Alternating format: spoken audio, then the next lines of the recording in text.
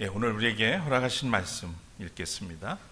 마태복음 10장 2절에서 4절, 사도행전 1장 6절에서 8절까지의 말씀입니다. 마태복음 10장 2절부터 4절입니다. 12사도의 이름은 이러하다. 첫째로 베드로라고 부르는 시몬과 그의 동생 안드레와 세베대의 아들 야고보와 그의 동생 요한과 빌립과 바돌로메와 도마와 세리 마테와 알페오의 아들 야고보와 다데오와 열혈당원 시몬과 예수를 넘겨준 가룟 사람 유다이다. 사도행전 1장 6절에서 8절입니다. 그들이 모였을 때에 예수께 여쭈어 이르되 주께서 이스라엘 나라를 회복하심이 이때이니까 하니 이르시되 때와 시기는 아버지께서 자기의 권한에 두셨으니 너희가 알 바 아니요 오직 성령이 너희에게 임하시면 너희가 권능을 받고 예루살렘과 온 유대와 사마리아와 땅끝까지 이르러 내 증인이 되리라 하시니라. 이는 하나님의 말씀입니다.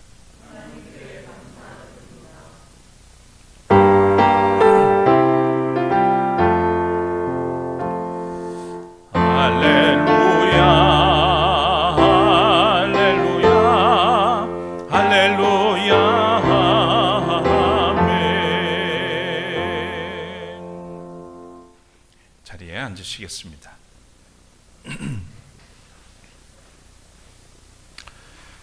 요즘 긴 장마를 지나서 연일 기록적인 폭염이 지속되고 있습니다. 수해로 인한 피해 복구에도 어려움이 많이 따르는 것 같습니다. 우리나라뿐 아니라 전 지구적으로 기후 변화를 절감할 수밖에 없습니다. 일상에서 작은 기후 행동을 정직하게 행할 때입니다. 나라 안에서는 국정 책임자들의 무능과 무책임으로 문제의 사건을 또 다른 사건으로 덮어가고 있습니다. 그들은 거슬리는 일들로 인해서 화가 난 듯 보이고 국민의 감정은 국난 앞에서 국가가 없다며 폭발 직전입니다. 모순이 누적된 사회, 비정상적인 일이 일상화되는 사회는 동력을 상실한 채 표류하다가 난파하는 배의 운명을 피할 수가 없을 것입니다. 지금은 우리가 의식을 깨우고 저마다 마음을 단정하게 그리고 단단하게 갖추어야 할 때입니다. 속도보다도 방향을 바로잡고 살아야 할 때입니다. 오늘은 예수님의 12제자 중에 민족해방의 투사에서 예수님과 하나님 나라의 전사로 거듭난 제자, 열정이 빛나는 사도 시몬에 관해서 말씀을 나누려고 합니다. 오늘 이곳에 함께 하신 여러분에게 주님의 위로와 평강이 함께 하시기를 빕니다. 찬양하겠습니다.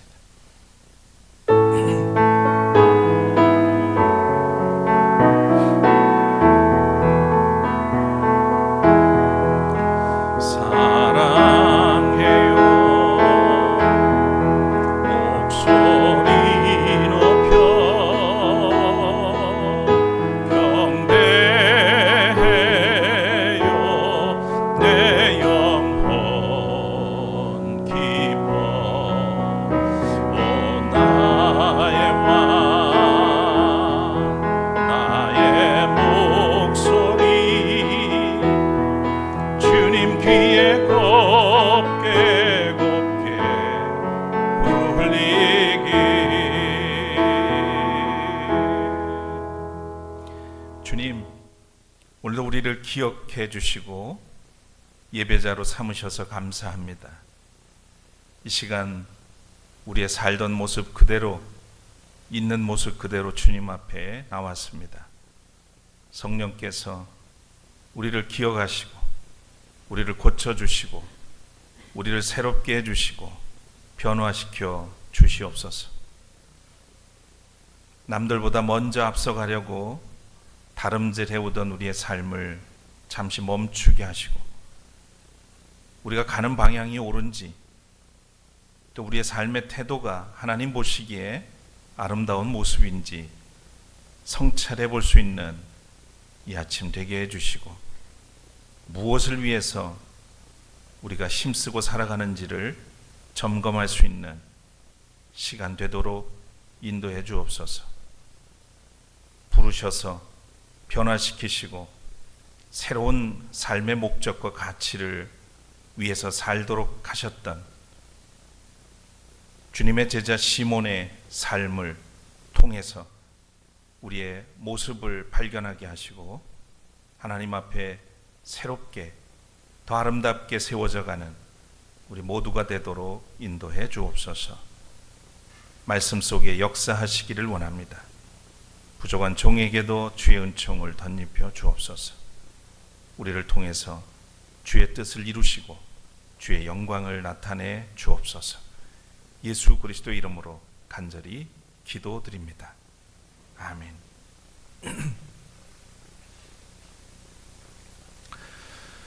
인생이라는 배를 물 위에 띄우고 노를 저어야 배가 움직일 수 있습니다. 인생은 새롭게 앞으로 나아갈 수가 있죠. 열심히 노를 저으면 속도를 낼 수 있습니다. 남들보다 앞서갈 수도 있죠. 그런데 속도보다 더 중요한 것이 있습니다. 그것은 도달하려고 하는 목적지가 어딘가 하는 것이죠. 방향성의 문제입니다. 그릇된 방향으로 열심히 노를 저으면 어떻게 될까요? 점점 더 목적지로부터 멀어지게 되고 돌아오기 어려운 그런 현실에 직면하게 됩니다. 열심히 사는 것도 중요하지만 어떤 목적과 가치를 부여잡고 사느냐가 중요합니다. 때로 탈진해서 더 이상 노를 저을 수 없을 때 키의 방향이 배를 지탱하는 것처럼 올바른 삶의 목적과 가치가 인생을 이끌어가기 때문입니다. 올바른 삶의 목적과 가치가 나의 삶을 이끌어갈 수 있도록, 처음에는 내가 노를 저어가지만 가다 보면 목적이 나를 이끌어가게 됩니다. 그래서 방향이 중요하다는 말씀입니다. 이런 삶을 목적이 이끄는 삶이라고 합니다. 오늘을 사는 우리가 종종 직면하는 문제이기도 하죠. 예수 그리스도를 만나서 인생의 방향을 바로잡은 제자가 있습니다. 누구보다 인생을 적극적이고 열정적으로 살아온 사람입니다. 공명심도 강하고 애국심도 남달랐던 사람, 로마로부터 민족의 독립과 해방을 위해서 자신의 인생을 건 사나이, 열혈 청년 시몬입니다. 시몬은 히브리어 이름인데 응답하다 또는 들으심이라고 하는 뜻의 말입니다. 시몬의 출생지는 정확하지는 않지만 갈릴리 지역의 가나로 추정을 하고 있습니다. 성서에서는 그가 열심당원으로서 12제자 중 한 사람이라는 것 외에는 침묵하고 있습니다. 예수님의 12제자 중 11번째 제자 시몬은 작은 야고보, 다데오 유다, 가롯 유다와 함께 세 번째 그룹에 속합니다. 이 세 번째 그룹에 속한 4명의 제자는 모두 열심당원으로 알려져 있습니다. 공관복음인 마태와 마가는 시몬을 가리켜서 열혈당원이라는 표현을 썼고, 누가복음에서는 시몬이 열심당원이라는 젤롯이라는 단어를 써서 소개하기도 합니다. 유대인의 역사가인 요세푸스는 예수님 당시에 유대인들에게 가장 중요한 그룹들이 4개가 있었고, 이들은 나름의 파벌을 형성하고 있었다고 기록하고 있습니다. 첫 번째 그룹은 바리새파입니다. 우리에게는 아주 익숙하죠. 이들은 하나님의 율법인 토라를 수호하고 또 관리하고 해석하는 일에 열정을 쏟은 사람들입니다. 종교적으로는 근본주의자들이라고 할 수 있겠고, 정치에는 그다지 관심을 보이지 않았습니다. 그래서 로마 사람들과도 충돌 없이 나름 평화롭게 지낸 것을 볼 수 있습니다. 정치에는 거리를 두는 대신 이들은 오직 율법에 몰두하고 열심을 냈죠. 그래서 누구 하나라도 율법을 거스르면 가차없이 공격을 합니다. 그 공격을 가장 많이 받았던 분이 있다면 예수님이 아닐까 싶습니다. 사도 바울도 회심 전에는 철저한 바리새파였습니다. 두 번째 그룹은 사두개파입니다. 이들은 1세기 당시에 성전을 지키는 제사장 계급에 속한 사람들이고요. 그렇지만 종교적으로는 이 바리새파와는 다른 모양을 지닙니다. 좀 더 자유주의적인 그런 성향을 가졌어요. 그래서 성경을 문자 그대로 믿지 않았고 자의적으로 해석을 하는 그런 이들이었습니다. 특히 성경에 나오는 기적이나 이적 같은 어떤 초월적인 일에 대해서는 믿지도 않았고 받아들이지도 않았습니다. 그래서 성서에서 부활을 믿지 않는 사람들이라고 이렇게 묘사하기도 하죠. 이들은 부활도 영도 그리고 천사도 믿지 않았습니다. 그런 점에서 바리새파와는 대조를 이루게 되는데, 그러니까 사두개파는 성경을 사실대로 믿지 않았고, 그런 점에서 정치적으로는 친로마주의자들입니다.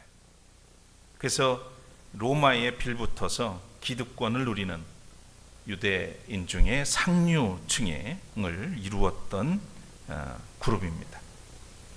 세 번째는 에세네파인데 성경에는 구체적으로 나타나지는 않지만 성경 위에 그 당시의 다른 문서들에 보면 매우 다양하게 기록되어 있습니다.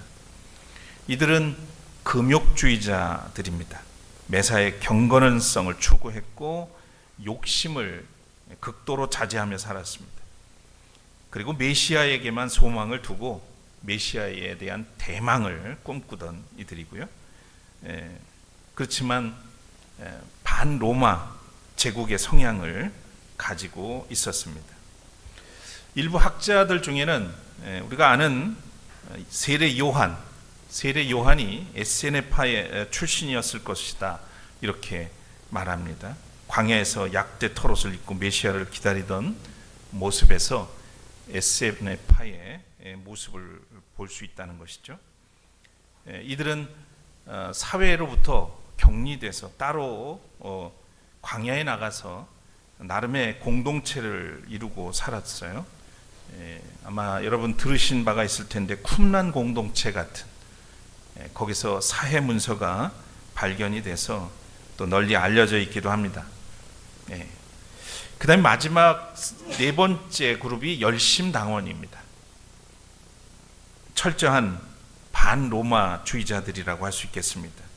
로마에 대한 적대감을 가지고 있었고, 그런 점에서 민족주의자들이라고 할 수 있겠죠.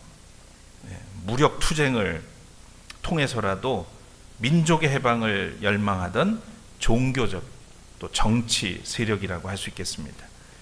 이들은 로마에 세금 내는 것을 거부했고요.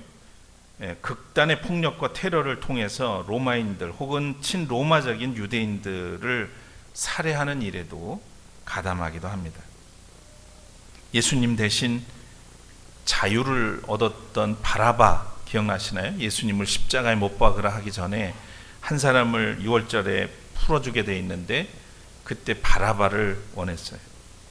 그 열심당원이었던 거죠. 열심당원 안에는 또 시카리라고 하는 파도 있었는데, 이들은 옷 속에 단검을 숨기고 다니면서 로마 사람들이나 또 로마에 관련된 유대인들을 만나면 이제 얘기하는 척하고 테러를 행하는 그런 일들도 예사롭게 저질렀다는 그런 기록도 있습니다. 극단적인 열심 당원들의 이 폭력적인 공격과 이런 증오가 사실 AD 70년에는 큰 화를 부르게 만드는 일이 되죠. 오히려 유대를 파멸시키는 그런 결정적인 역할의 원인이 되기도 합니다. 나중에 로마의 황제가 되는 티투스 장군이 유대를 완전히 점령하게 되죠. 그래서 예수님이 예언하신 대로 성전의 돌 위에 돌 하나 남지 않고 모두가 파괴되고 맙니다. 자, 시몬은 바로 이런 원인을 제공했던 열심당원 출신이었던 겁니다.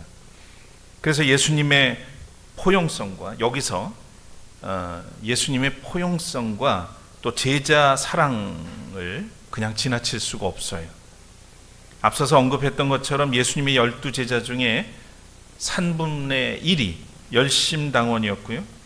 이들이 가장 싫어하는 부류의 출신들도 예수님의 제자 그룹에 있었습니다. 누구겠어요? 로마의 하수인 노릇을 하던 세리 마태입니다. 서로 적대감을 가지고 있을 사람들이 예수님의 제자 공동체를 함께 이루고 있었다는 겁니다. 두 그룹의 관계는 그 관계의 역학관계를 생각해 보시면 아마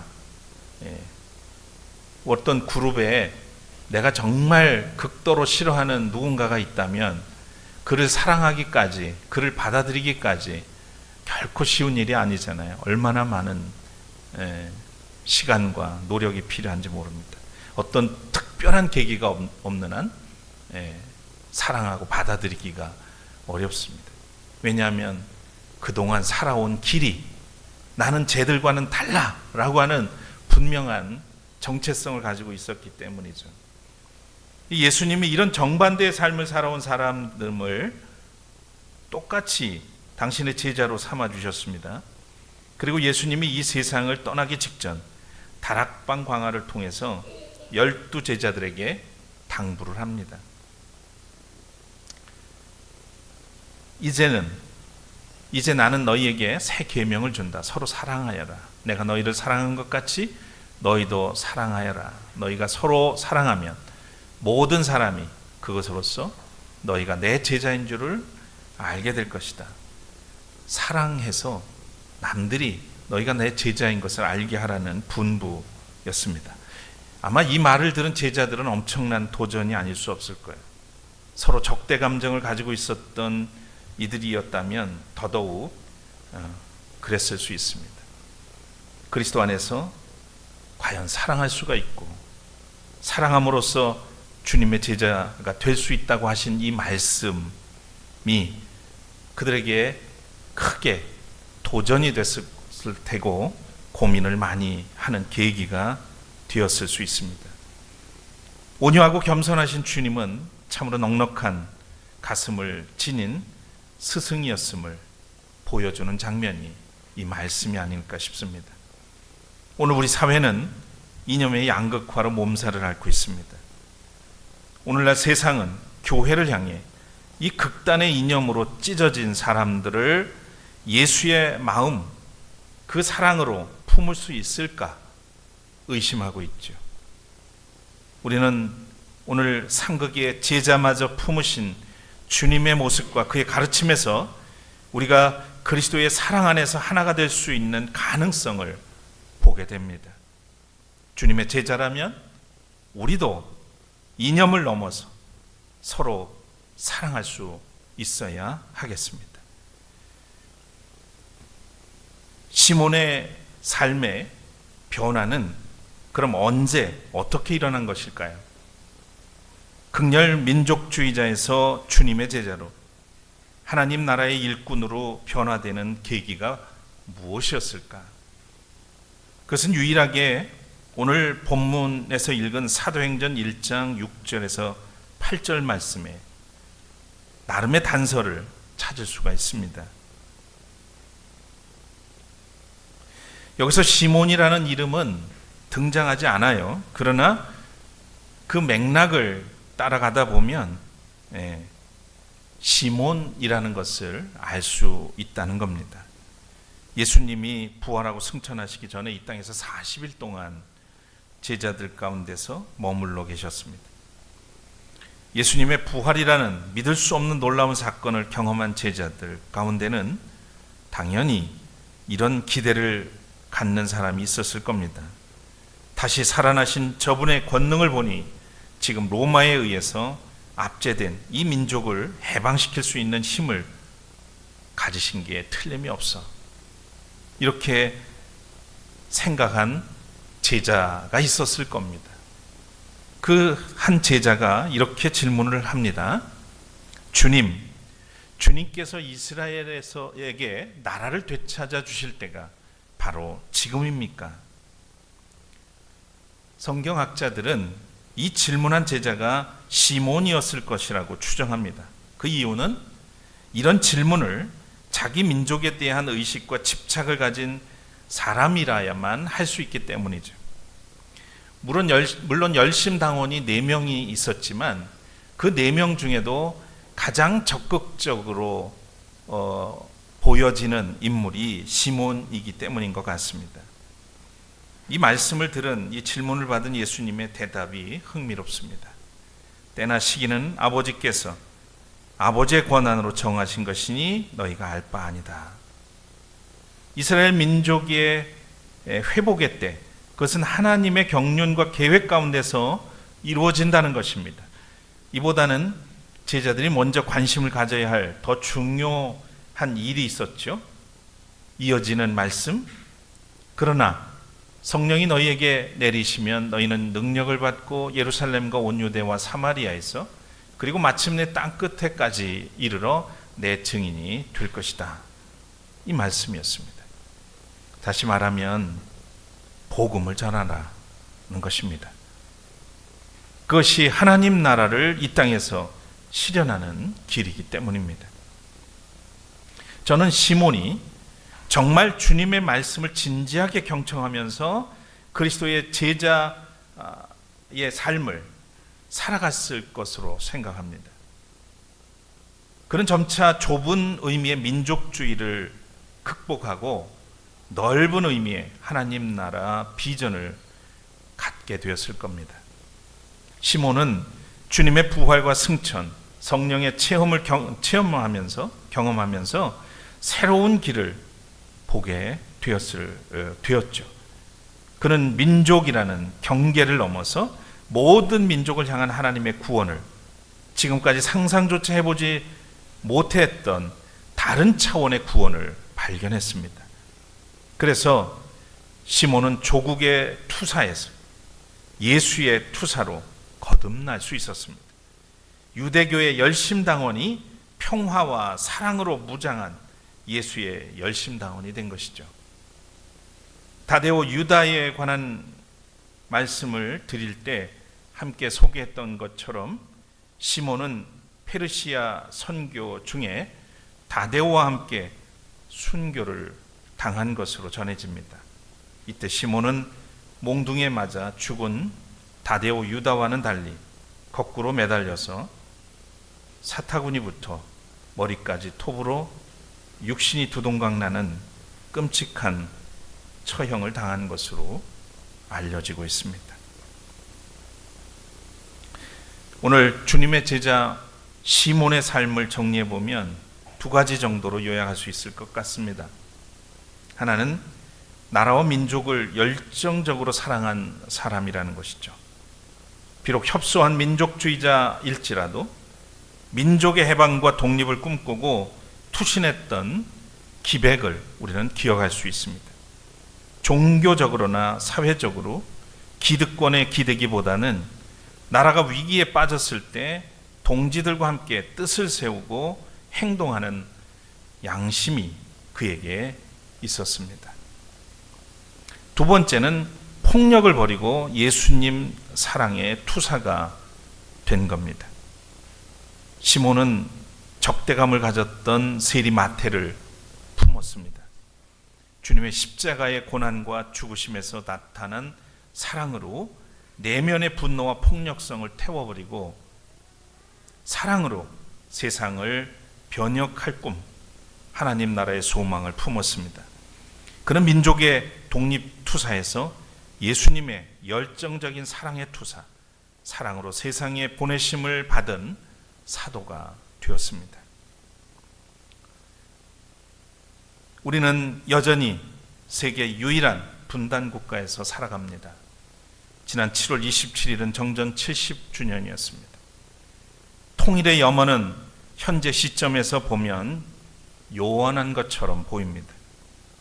현 정권은 남북 간의 대화와 평화로운 한반도를 만들어갈 의지마저 보이지 않고 냉전 시대의 세계관에 머물러 있습니다.